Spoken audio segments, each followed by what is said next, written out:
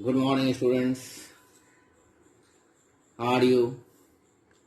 I think you all will be same, and you are getting enjoyment. After a long break, I starting with a new topic, that is semen. It is helpful for those students who are going to appear in semester 1 exam.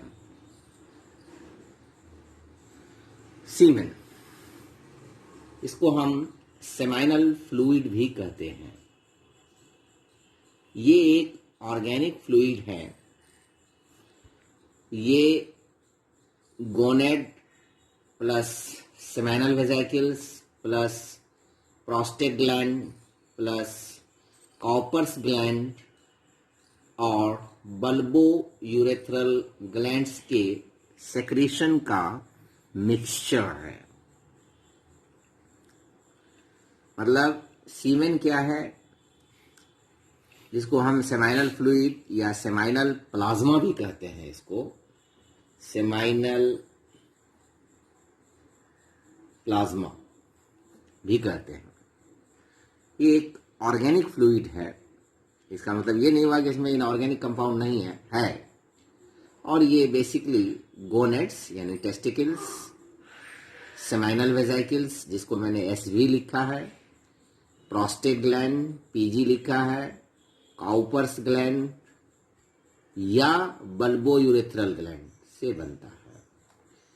Term है ejaculation.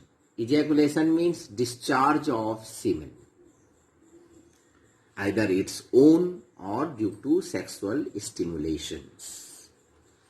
Any discharge of semen अगर its own, that is called nightfall, or by sexual stimulations, इसी को ejaculation कहते हैं। अब सीमेन का composition क्या है? सीमेन में sperm plus organic plus inorganic chemical compounds होता है। Sperm germ cell of seminiferous tubule से बनता है। बाकी जो रिमेनिंग पार्ट ऑफ सीमेन है वो इन चीजों से बनता है, जैसे सेमाइनल वेसिकल हुआ, प्रोस्टेट ग्लैंड हुआ, कॉपर्स ग्लैंड हुआ और बल्बो यूरेथ्रल ग्लैंड हुआ, प्लस रिप्रोडक्टिव ट्रैक्ट्स भी हुआ। मेल रिप्रोडक्टिव ट्रैक्ट्स जैसे एपिडिडाइमिस हुआ, वास डिफरेंस हुआ, ये सबके सेक्रेशन का मिक्सचर है। अब ये ऑर्गेनिक में एंजाइम्स है, फ्रक्टोज है, प्रोटियोलाइटिक और अदर एंजाइम्स भी है। ये सीमेन ग्रेइश व्हाइट कलर का होता है। व्हाइट कलर क्यों होता है? क्योंकि लार्ज क्वांटिटी ऑफ प्रोटीन होता है इसमें लार्ज क्वांटिटी ऑफ प्रोटीन होता है।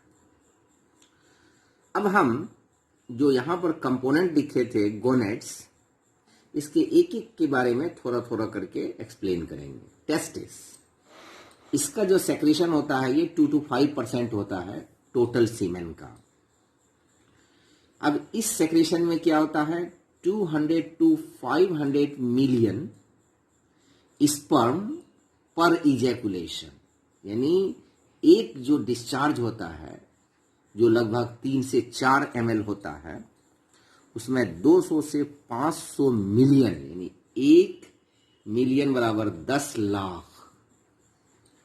तो हेयर 200 into 10 लाख, अगर हम लोअर लिमिट ही लेते हैं, ये एक रेंज है। इस सेक्रेशन में इतना स्पर्म होता है ऑलमोस्ट अप्रॉक्स पर इजैकुलेशन। ये ऑब्लिक मतलब यहां पर अपॉन बट्टे है। No sperm in ejaculation after vasectomy, यानी अगर वास डिफरेंस को काट दिया जाए उसके बाद जो हम देखेंगे तो इजैकुलेशन यानी सीमेन में स्पर्म नहीं पाया जाएगा। दूसरा है सेमाइनल वेजाइकल, शॉर्ट में मैंने यहां पर लिखा है सेमाइनल वेजाइकल। ये बहुत इंपॉर्टेंट स्ट्रक्चर है। इसका सेक्रेशन लगभग 65% टू 75% ऑफ सीमेन होता है, यानी सीमेन का 65 टू 75% सेमाइनल वेजाइकल का सेक्रेशन होता है, जिसको हम सेमाइनल प्लाज्मा भी कह सकते हैं।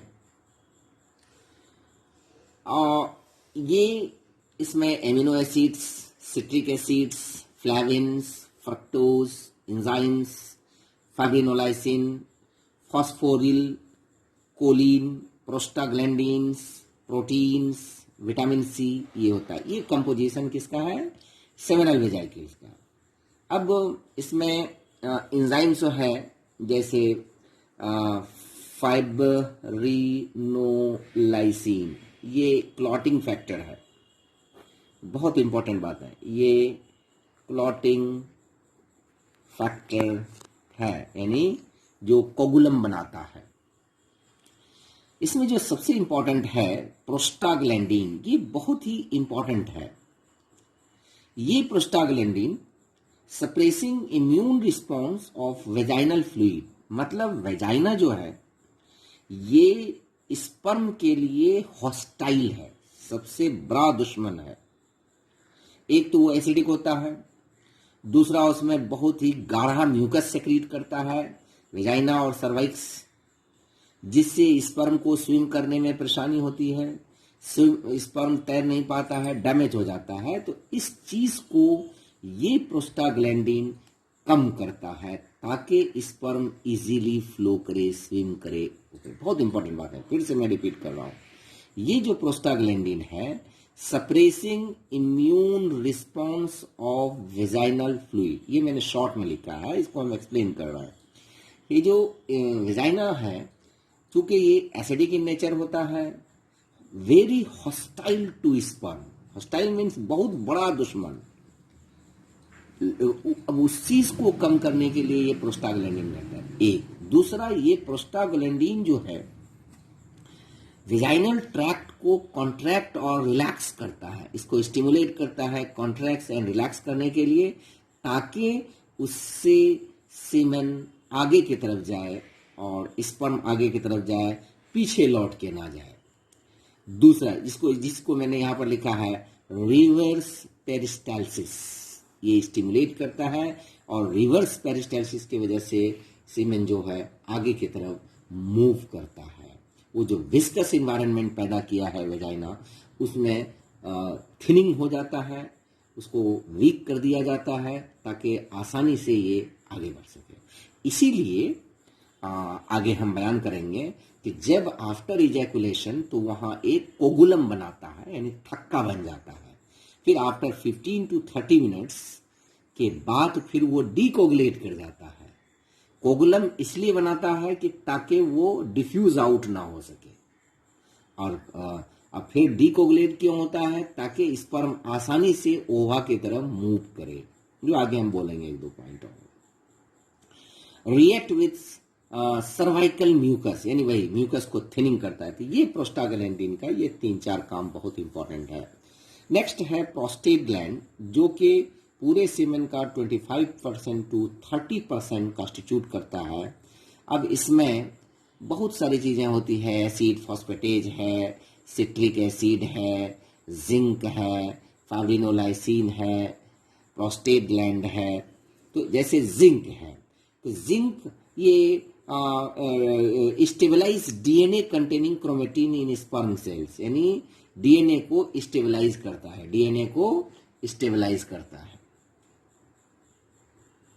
तो जैसा कि मैंने कहा कि प्रोस्टेट ग्लैंड का जो सेक्रेशन होता है, इसमें जिंक होता है, acid phosphatase, citric acid, fibrinolysin, prostate specific antigen, जिसको शॉर्ट में हम पीएसए कहते हैं, और प्रोटियोलाइटिक एंजाइम्स होता है। इसमें जिंक का लेवल जो है 135 ± 40 पर ml, यानी 1 ml में जिंक की क्वांटिटी इतना माइक्रोलीटर या मिलीग्राम होता है। जिंक लोअर्स फर्टिलिटी, यानी स्पर्म अगर जिंक का लेवल कम है, यानी ये डिक्रीज, उल्टा तीर यही बता रहा है, अगर कम है तो ये फर्टिलिटी को घटाता है। क्यों? इसलिए कि स्पर्म की जो फ्रेगिलिटी है, यानी टूटने की जो शक्ति है, वो बढ़ जाता है। क्यों? किसकी वजह से? जिंक की कमी की वजह से। अगर जिंक कम है तो ये स्पर्मेटोजेनेसिस यानी स्पर्म के बनने पर भी एडवर्स इफेक्ट, विपरीत प्रभाव डालता है। अगला है BUG,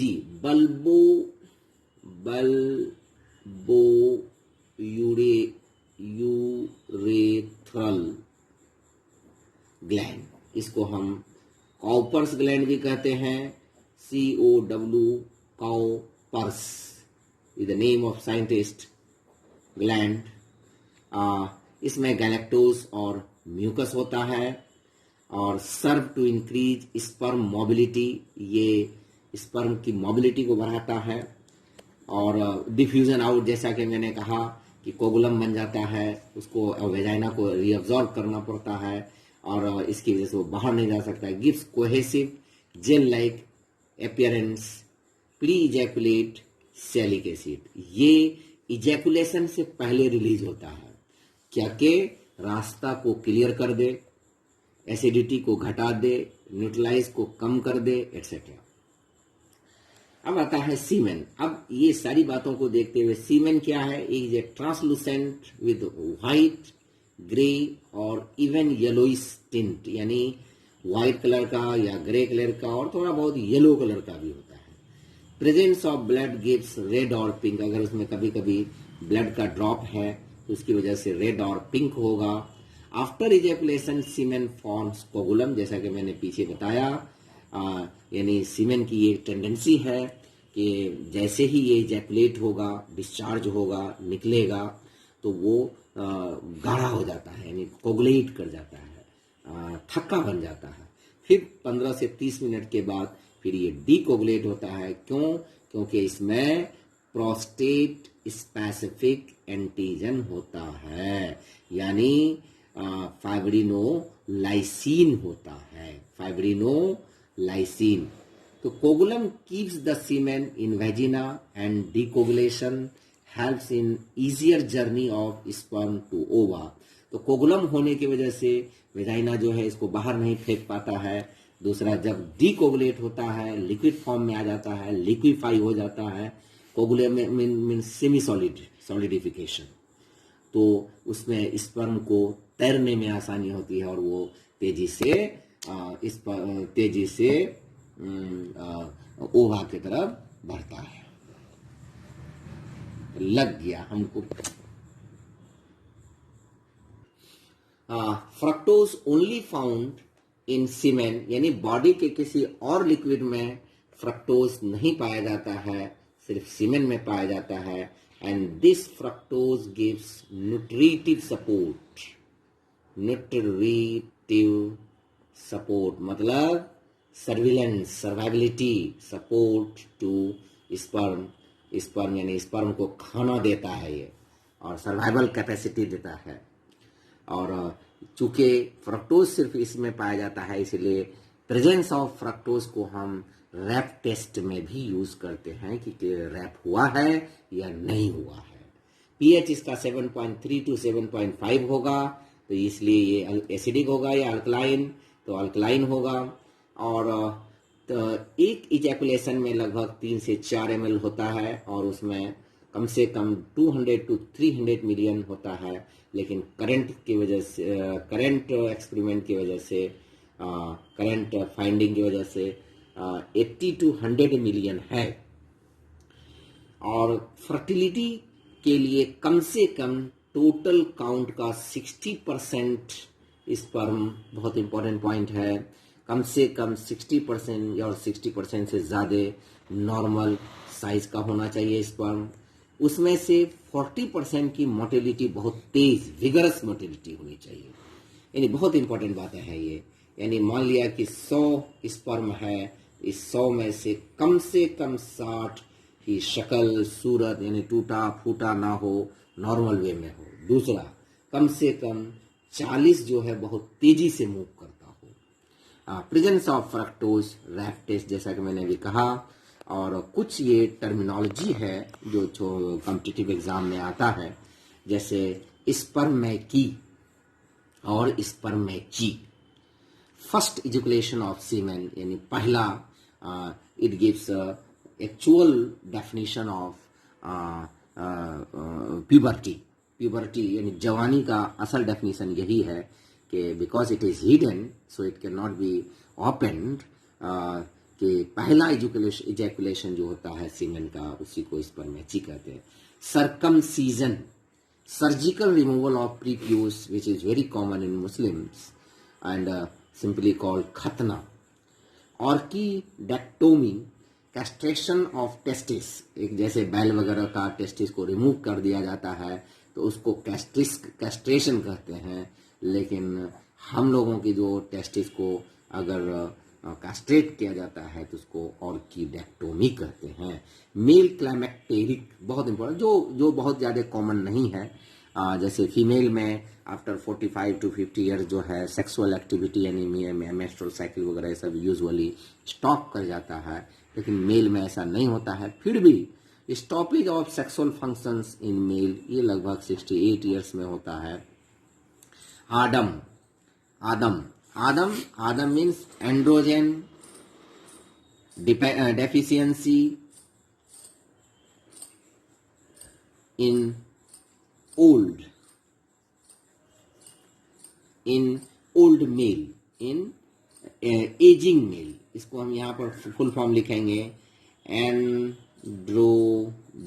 ये ए हुआ, डी से डेफिशिएंसी, डी हुआ, फिर ए से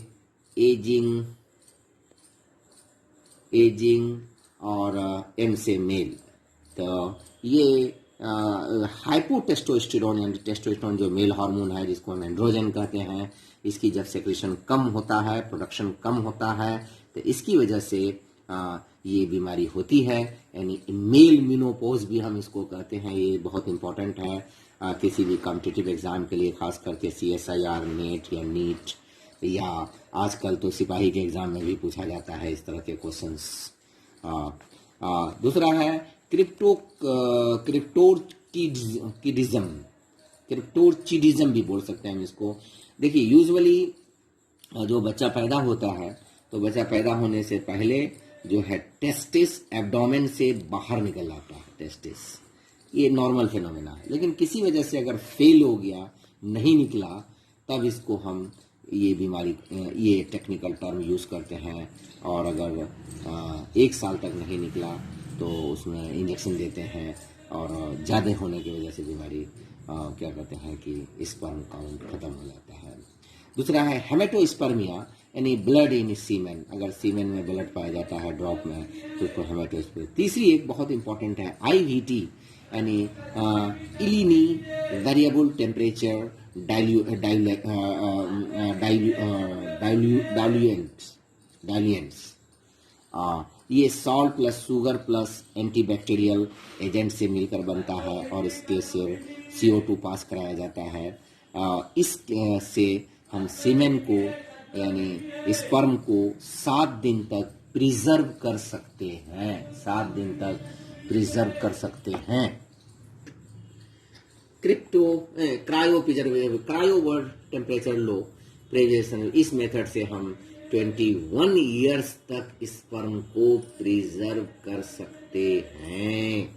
लास्ट में एक और टेक्निकल टर्म है एजोस्पर्मिया, स्पर्म कंप्लीटली एब्सेंट यानी सीमेन में स्पर्म है ही नहीं, जो आजकल इनफर्टिलिटी का, इम्पोटेंसी का कॉज होता है, जो आजकल बांझपन ज्यादा हो रहा है। इसके साथ ही ये टॉपिक फिनिश हो गया। Thank you, all the best, and I think read it, and the next topic I will continue tomorrow. Thank you.